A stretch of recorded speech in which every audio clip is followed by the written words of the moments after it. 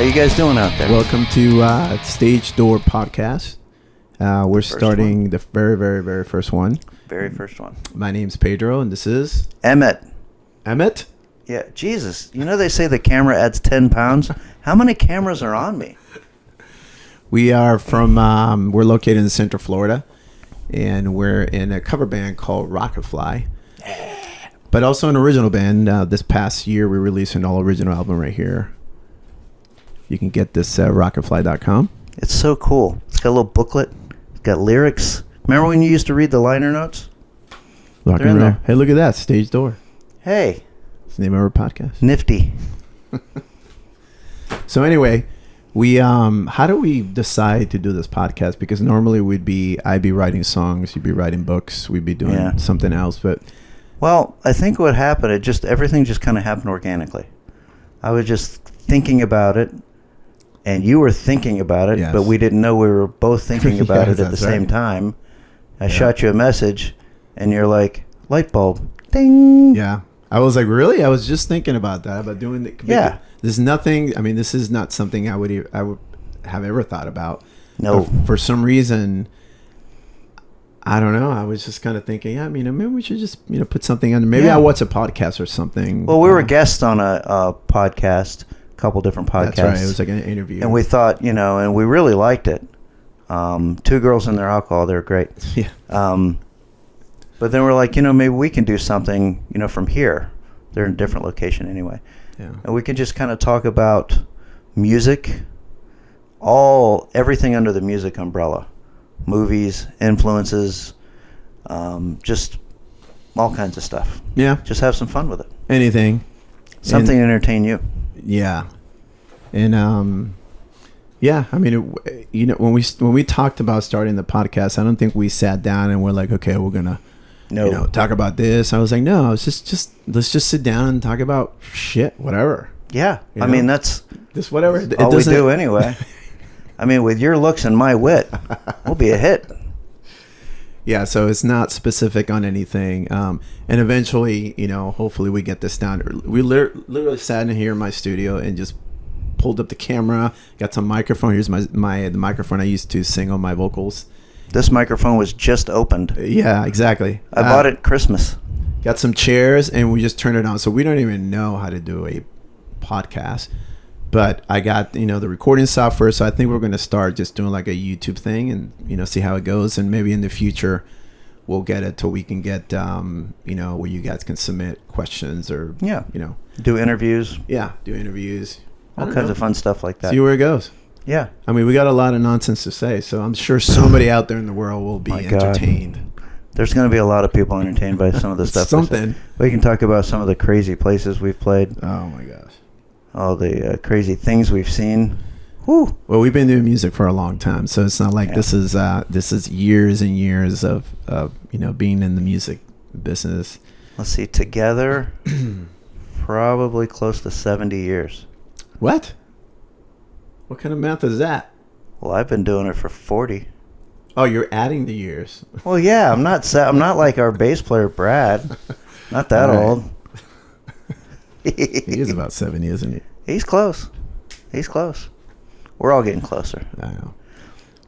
So, when you started singing, what made you be a singer?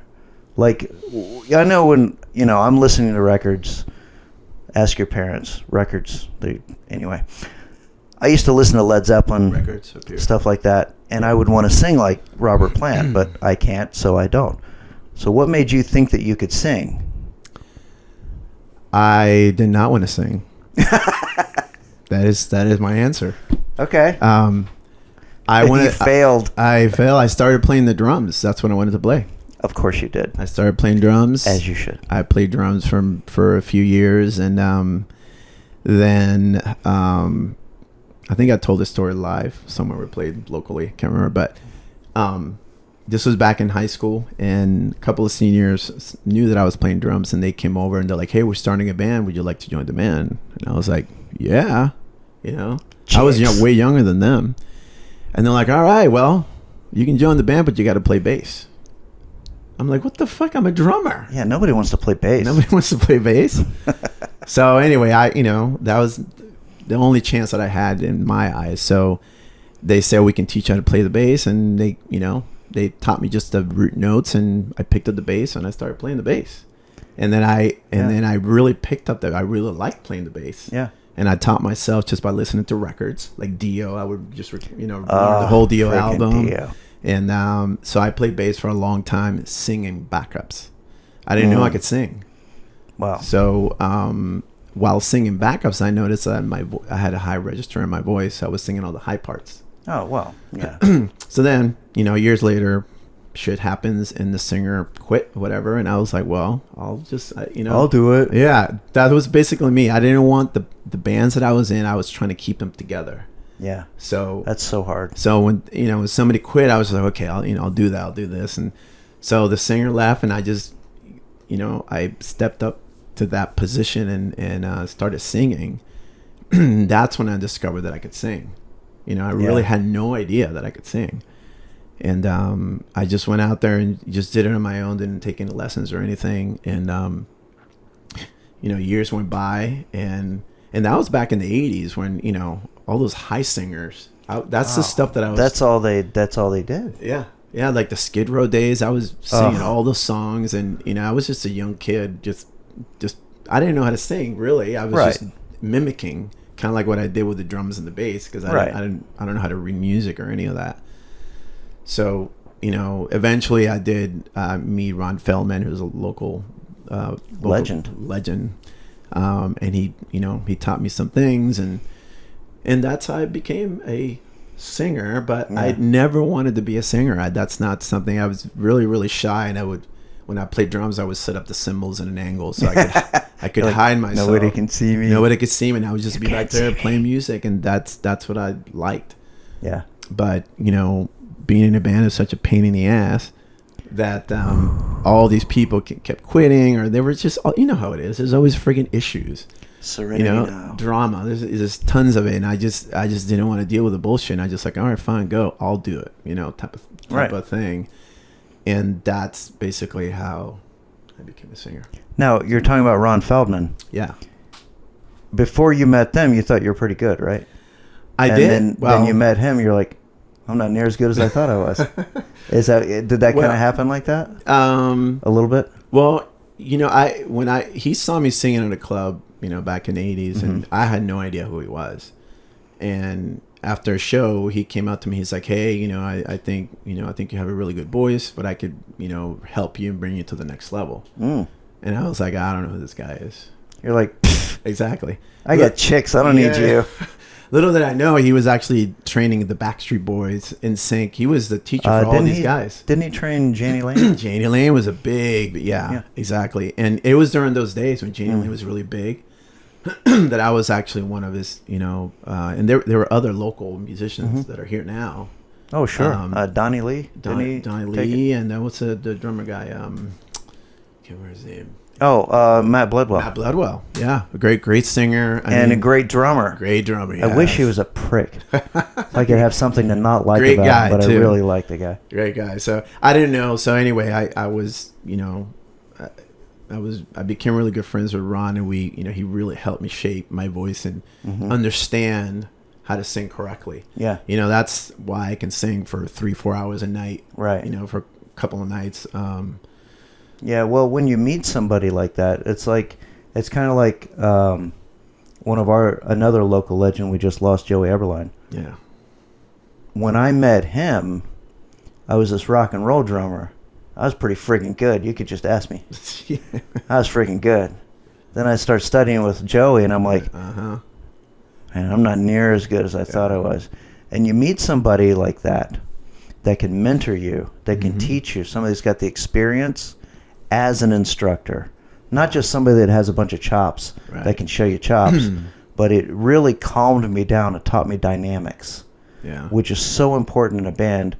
When you're, the singer singing, you want to kind of play a little lower. When you got the guitar solo, you're never going to be louder than a guitar player, but you can bring it up some. Yeah. But meeting people and studying with people like that is so important. Yeah. If you get a chance, please do. Yeah. If you can find somebody to do that. Yeah, they're very. Then there are things that are so small. Like we're just talking about the dynamics. Oh yeah. Just playing, and even singing. There's a lot of things a lot of people don't think about. Even like for me, the vibrato is a big thing for me. Yeah. There's certain vibratos that I cannot stand. Just Like because I know Stevie Nicks. She's a great singer. Don't get me wrong. It's just a preference thing. Yeah. It doesn't mean that they're bad singers, but if you really study whatever your art is, drumming, Mm-hmm. singing, and everything, you can pick the more pleasant to the ear kind Sure. of techniques. Yeah. And that's what I'm saying. It's just a preference. Of course. But a lot of singers out there don't think about that. They just kind of go out there and just blurb it out instead of kind of sitting back and let me just see what's available. Right. All the possibilities. And Well, it takes more work. it does take work. And that's why a lot of people, not just singers, a lot of other musicians, they don't take that extra step. Yeah. Like when I was studying with Joey, most of our lessons were just on the snare drum. Just learning how to work my rudiments. I mean, we had a little kid in there, but just really being able to work it and use technique. Like you see guys that are rah, rah, rah. Well, I can't afford to play like that. But I can get just as much volume just out of technique. Yeah. And that's what you get from people like that. Mm-hmm. And I just, Well, it also depends on the type of music you're interested to. Oh, sure. I mean, you could go and, thrash metal and not really, that doesn't really matter. So, but, if you want to play or be that type of band or play that type of music, it's probably better if you know these things, Well, yeah. I mean, there's even techniques to these. Mm-hmm. I have a DVD called "Oh Say Can You Scream," and it's how you do that. Wow. Yeah, and scream. Yeah. She's a world famous teacher, and I thought I was going to be able to sing at one point. Mm. No, so I can use my voice for other things, but we don't need to hear me singing. I can impersonate. So the few times that I do karaoke, that's exactly what I do. It's like, oh, you sound like the Black Crowes. Yeah, for that song. Yeah. But that's it. Well, I just don't have the technique. And, I've been playing drums now for, carry the zero. I've been playing drums for like 40... a long friggin' time. Like 42, 43 years. I'm younger than that. And I'm... And I'm still not done learning. I learn stuff all the time. Every time I play, I learn something new. Yeah. And that's what, if you can open your mind and not just settle for mediocrity, I think that's what a lot of people do. And that's fine. It's just not good enough for me. I don't want to just be okay. Yeah, and I think, and maybe we can talk about this in another podcast, but one of my idols is Tony Harnell of TNT. Hello. and I actually got a chance to do excuse me, a vocal lesson with him. Oh, that's right. And I got to meet him. We became friends. But one of the things that he taught me, and Ron Feldman, my vocal coach when I was a teenager, taught me as well, is there's a lot of mental things that as far as using your mind. It's not just the technique and singing, right, or even just life in general. Just like Ron taught me like how to treat people better because he saw me interacting with someone. He's like, I was a teenager. I didn't know. He's like, just back your dad. Yeah, exactly. He's like, he just didn't teach me that. He taught me life lessons. Yeah. So if you can find a teacher like that, that's super valuable. That. Oh, absolutely. That's not just a vocal thing. Yeah. Well, that's how I felt about Joey. Yeah. He was more like a mentor, not just drumming, but just the way he carried himself. Right. Very charitable, always kind.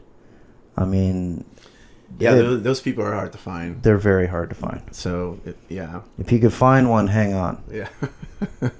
Whether they like it or not. They might pull a restraining order on you, but hang on. Yeah. So anyway, we're just chatting. So we're just talking, and hopefully you guys are going to enjoy this. You can like and subscribe, and we're going to do all kinds of stuff coming up. All kinds of fun stuff. Yeah, whatever. I mean, we really don't have. We'll probably sit down and think some topics. Maybe. Yeah. You know? I mean, I came up with a few things like this guy is really kind of stuck in the late 70s, 80s as far as vocalists. What else is there after that? I'm going to introduce him to some singers that he's never heard before, and we're going to get a live reaction from him. Like people in the 60s. That's my jam. 60s. Well, that's like yeah. Led No Zeppelin? auto-tune, no nothing. No, like the Platters. What? Exactly. You're going to like it. We may do some music movie reviews, maybe go old school. Maybe we'll rewatch Purple Rain or Airheads. You ever see that? Oh, yeah. See, we got to see stuff like that. And we're going to take your suggestions as well in the comments. Leave us some suggestions of maybe movies to see or documentaries that we might enjoy. Where are you going to haven't find seen. those movies? A VHS tape? I have them. In VHS? I might have them on beta. Oh, my God. Yeah, again, ask your parents. Mm-mm.